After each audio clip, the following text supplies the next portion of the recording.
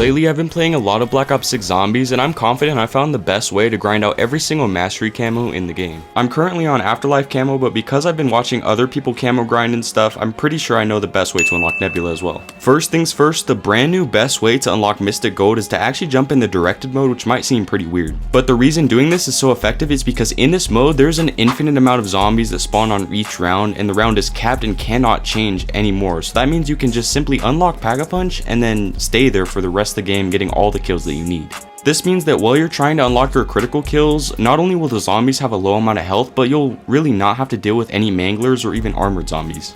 As you can see in this gameplay, my round 11, which was my round cap by the time I was able to get Speed Cola and Pack-a-Punch, it was a vermin round, but the vermin round will still switch and it'll continue on as normal. Basically, you can infinitely farm whatever round you're on for critical kills, which can be insanely helpful for some guns like the Mustang and Sally's, because you can't even get critical kills once you upgrade them. But once you actually hit the round cap and have Pack-a-Punch and all that, I recommend training next to the Speed Cola machine, and then you can come next to this truck or the bus and you can kind of tuck yourself against it. It'll make all the zombies line up for some really easy critical kills. There was a lot of different augments that helped me out when getting Mystic Gold, the main one being the Steadshot Daiquiri one, which doubles the critical damage with the first bullet if the zombie's on full HP. And the other one that helped me a lot is the Elemental Pop one, which makes it so that if you have an ammo mod equipped, only that one will be activated, and that just saves you a bunch of zombies from being killed that you really don't want to be killed. But moving on to the Opal camo, I have a strategy that made me be able to do literally all of the guns in like maybe 2 games.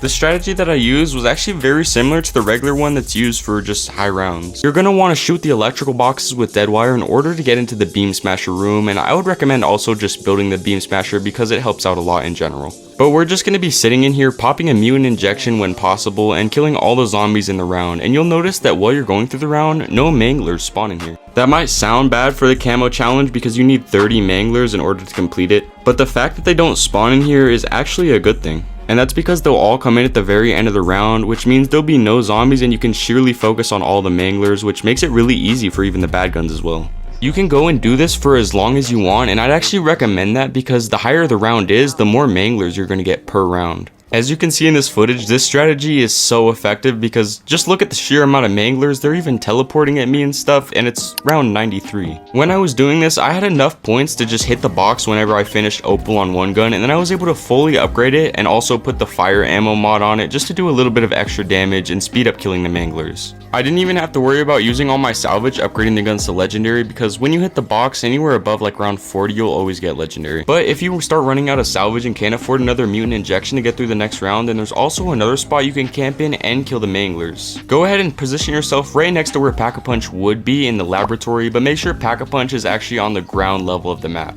So in other words, just make sure the Pack-a-Punch is not behind you, and then you can kind of tuck yourself in the corner. And this is also the reason why I said that you should build the Beam Smasher earlier, because if you sit right here in the Beam Smasher, you can deal with all the zombies no matter what round you're on.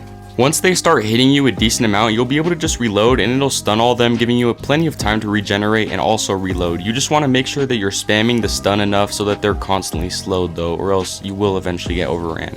Now, doing this isn't quite as efficient, and that's why it's a last resort if you don't have any salvage, but at the end of each round, you can still get a few manglers, or like when you get a nuke in this gameplay, for example, you can go out and kind of finish a few of them off. Or even better, if you get an insta-kill, you can run out. If you have even a semi-fast firing gun, then you can just go out and essentially kill everything, including all of the manglers. You can just sit here until you eventually get a mutant injection drop from some type of boss, or you just get enough salvage and you're happy with going back up and doing the even faster and more efficient strategy in the room with the Beam Smasher building table. But that's all I really have to say for Opal, and doing this got me all the camos insanely fast. Now moving on to Afterlife, this one's kind of like Mystic Gold in the way that there's not one super overpowered strategy where there was for Opal. But I'd recommend just going into Liberty Falls and training the zombies and just kind of upgrading your gun just enough to kind of get you by. You should be able to even do just 2 or 3 guns in one game depending on which guns you're doing, because some of the good guns like the assault rifles and LMGs will have no problem getting 200 kills without getting hit.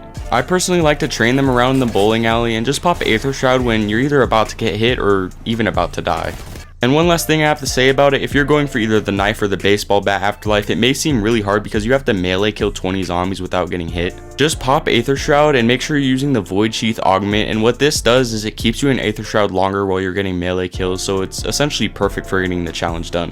Now last up for when you've completed everything else, and that is for the beautiful Nebula camo. This one has a really cool trick that I'd recommend doing on Terminus because the elite enemy is easier to kill on there. First thing you want to do is obviously load in with the gun that you're looking to get Nebula, or even just buy it, it doesn't really matter. Get to about round 15 or 16 when the elite enemy spawns in, and don't kill him, which may seem weird because the whole point about this camo is to kill him, right? But no, because what we're going to be doing is we're going to be saving him until the next round, and then once you actually hit that next round, just save and quit, and then when you reload back into the game, you'll notice that he just duplicates. You can do this over and over again, just keeping them alive and constantly passing the rounds, and by no time you'll have a crazy amount of mega abominations just chasing after you. So now you know what I believe is the best way to get every single mastery camo in Black Ops 6 Zombies. I hope this helped you out, and if it did, please be sure to leave a like and subscribe for more videos just like this, and I will see you all later.